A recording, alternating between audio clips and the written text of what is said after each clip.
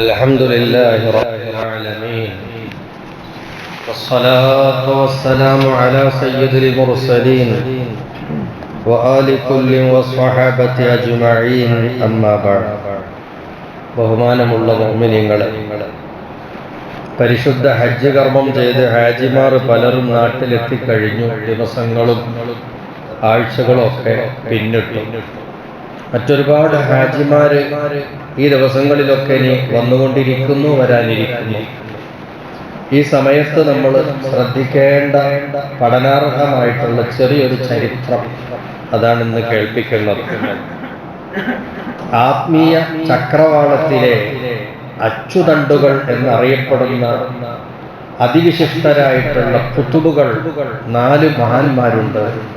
മുഹയ്യിദ്ദീൻ Sheikh റളിയല്ലാഹു അൻഹു, Rifai Sheikh റളിയല്ലാഹു അൻഹു, അഹ്മദുൽ ബദവി തങ്ങൾ അതിൽപ്പെട്ടതാണ്. അബുൽ ഹസൻ ഷാദുലി റളിയല്ലാഹു അൻഹു. ഈ ഷാദുലി ഇമാമിന്റെ സുപ്രധാന ശിഷ്യനും ഷാദുലി ഇമാമിന്റെ ശേഷം അതേ സ്ഥാനം അലങ്കരിച്ച് ആത്മീയ രംഗത്ത് നേതൃ പദവി അലങ്കരിച്ച മഹാനതനാണ് ബഹുമാനപ്പെട്ട അബുൽ അബ്ബാസുൽ മുർസി തങ്ങൾ. വലിയ മഹാനാണ്.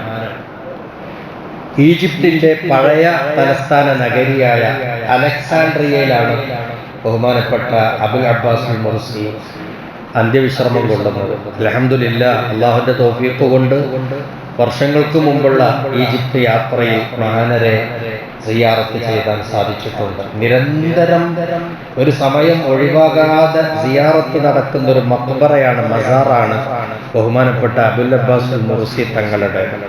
വലിയ കറാമത്തിന്റെ ഉടമയായിരുന്നു. ഏതെങ്കിലും ഊതി വീർപ്പിച്ച കഥകളായിരുന്നില്ല ആ കറാമത്തുകൾ. അതുപോലെ യൂട്യൂബ് പോലെയുള്ള മേഖലകളിൽ മാർഗങ്ങളിലൂടെ പ്രചണ്ഡ പ്രചരണം നടത്തി നേടിയെടുത്ത പ്രശസ്തിയോ മറ്റോ അതായിരുന്നില്ല. ലോകം ഒട്ടുക്കും അറിഞ്ഞിട്ടുള്ള, തിരിച്ചറിഞ്ഞിട്ടുള്ള, വസ്തുതാപരമായിട്ടുള്ള, യഥാർത്ഥമായിട്ടുള്ള കറാമത്തുകൾ ധാരാളം കാണിച്ചിട്ടുള്ള ഒരു മഹാനാണ് അബുൽ അബ്ബാസുൽ മുർസി തങ്ങൾ. മലക്കുകളോട് സംവദിക്കാൻ കഴിയുക, ജിന്നുകളുമായി സംവദിക്കാൻ സാധിക്കുക, അതുപോലെ തന്നെ മരിച്ചുപോയ അമ്പിയാക്കളുമായി സംവദിക്കാൻ സാധിക്കുക, അങ്ങനെയുള്ള അത്യത്ഭുതങ്ങൾ കാണിച്ചിരുന്ന ഒരു മഹാനാണ് ബഹുമാനപ്പെട്ട അബുൽ അബ്ബാസുൽ മുർസി തങ്ങൾ. അങ്ങനെ അദ്ദേഹം ഒരാള് കണ്ടുമുട്ടുകയാണ്. അയാൾ ഹജ്ജ് കഴിഞ്ഞ് വരികയാണ്. കണ്ടപ്പോൾ അബുൽ അബ്ബാസ് തങ്ങൾ ചോദിച്ചു, കൈഫ കാന ഹജ്ജുക്കും, എങ്ങനെയുണ്ട് നിങ്ങളെ ഹജ്ജൊക്കെ എന്ന് ചോദിച്ചു. സാധാരണ നമ്മൾ ചോദിക്കുന്നില്ല, എങ്ങനെയുണ്ട് നിങ്ങളെ ഹജ്ജൊക്കെ എങ്ങനെ ഉണ്ടായിരുന്നു അല്ലേ? ഇതുപോലെ ചോദിച്ചപ്പോ ഫഖാല ദാലിക റജുലു, ആ മനുഷ്യൻ പറഞ്ഞു തുടങ്ങി, കസീറുർ റഹാ, എന്തോ സൗകര്യങ്ങൾ, കസീറുൽ മാ, എന്താണ് സുലഭമായ വെള്ളം, വെള്ളത്തിനോ പിന്നെ ഭക്ഷണത്തിനോ കുടിക്കാനോ തിന്നാനോ ഒരു പ്രയാസമില്ല, ഒക്കെ വളരെ ധാരാളം, അവിടെയുള്ള സാധനങ്ങൾക്കൊക്കെ വളരെ വില കുറവ് എന്നിങ്ങനെ പറഞ്ഞിട്ട് ഭൗതിക സൗകര്യങ്ങളും നേട്ടങ്ങളുമാണ് ആ മനുഷ്യൻ എണ്ണി പറഞ്ഞുകൊണ്ടിരിക്കുന്നത്. ഇത് കേട്ടപ്പോൾ അബുൽ അബ്ബാസുൽ മുർസി തങ്ങള് തിരിഞ്ഞ ഒറ്റ പോക്ക്. അയാളോട് സംസാരിക്കാൻ തന്നെ നിന്നില്ല. എന്നിട്ട് പോകുമ്പോ ഇങ്ങനെ പറഞ്ഞുകൊണ്ട് പോവുകയാണ് അബുൽ അബ്ബാസുൽ തങ്ങള്. നസ്അലുഹും അൻ ഹജ്ജിഹിം, നമ്മൾ അവരുടെ ഹജ്ജ് കർമ്മത്തെ കുറിച്ചാണ് വിശേഷങ്ങൾ അറിയാൻ ചോദിച്ചത്. അവർ ഹജ്ജ് ചെയ്തപ്പോൾ അവർക്കുണ്ടായിട്ടുള്ള ആത്മീയ നേട്ടങ്ങളെ കുറിച്ചും ഗുണങ്ങളെ കുറിച്ചാണ് നമ്മൾ ചോദിച്ചത്. പക്ഷെ അവര് മറുപടി പറയുന്നതൊക്കെ അവരുടെ ദേഹത്തിന്, ശരീരത്തിന് സുഖമുള്ള ഭൗതികമായിട്ടുള്ള സുഖ സൗകര്യങ്ങളെ കുറിച്ചാണ് അവര് പറയുന്നത്. ഓല വിചാരം നമ്മൾ ഓല പദവിയും പത്രാസും സുഖവും ഒക്കെയാണ് ചോദിച്ചത് എന്ന് അവരെ വിചാരം. നമ്മൾ ഓല ഹജ്ജ് എങ്ങനെ ചോദിച്ചത് എന്ന് പറഞ്ഞിട്ട് പോയി. ഇപ്പോഴും നമ്മൾ ചോദിക്കുമ്പോഴും മറുപടി പറയുമ്പോഴും ഈ ചരിത്രം എത്രമാത്രം പ്രസക്തമാണെന്ന് ആലോചിച്ചു. നമ്മൾ പറയുന്ന അങ്ങനെ തന്നെ, എന്താ സുഖം, ഒരു വിഷമവും ഇല്ല, തിന്നാനും കുടിക്കാനും ബുദ്ധിമുട്ടില്ല. അതിന് പകരം ചോദിക്കുമ്പോഴും നമ്മൾ എന്ത് ചെയ്യണം? ആ നിലക്കുള്ളൊരു ചോദ്യം എങ്ങനെയുണ്ട്? ഹജ്ജൊക്കെ വേണ്ടതുപോലെ നിർവഹിക്കാൻ കഴിഞ്ഞില്ലേ? ഉംറയും സിയാറത്തൊക്കെ റാഹത്തായി ചെയ്യാൻ കഴിഞ്ഞില്ലേ എന്ന് ചോദിക്കുകയാണെങ്കിൽ ആ ചോദ്യത്തിൽ തന്നെ ഉണ്ട് അവരുടെ മറുപടി തെറ്റിപ്പോകാതെ പറയാനുള്ളൊരു ചാൻസ് കൂടി ആയിട്ടുണ്ട്. അപ്പൊ സ്വാഭാവികമായിട്ട് ചോദ്യം വളരെ കുറച്ച് വ്യക്തമായി. എന്ത്?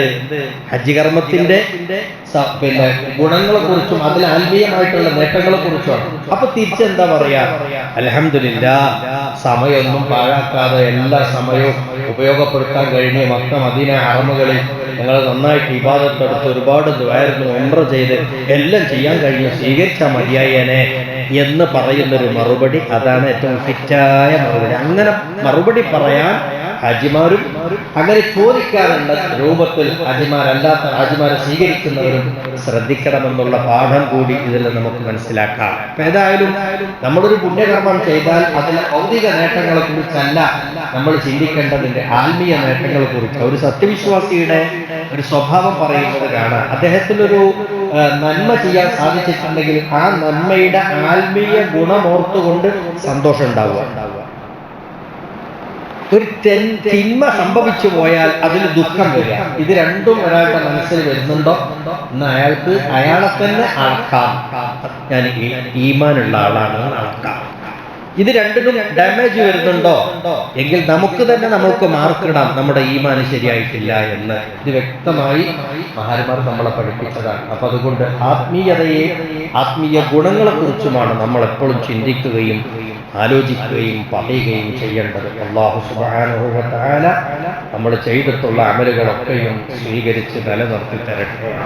ധാരാളം നല്ല കർമ്മങ്ങൾ ആത്മീയ അഭിരുചിയോടുകൂടി നിർവഹിക്കാനുള്ള മഹാഭാഗ്യം അല്ലാഹു നമുക്ക് വർദ്ധിപ്പിച്ചു നൽകട്ടെ.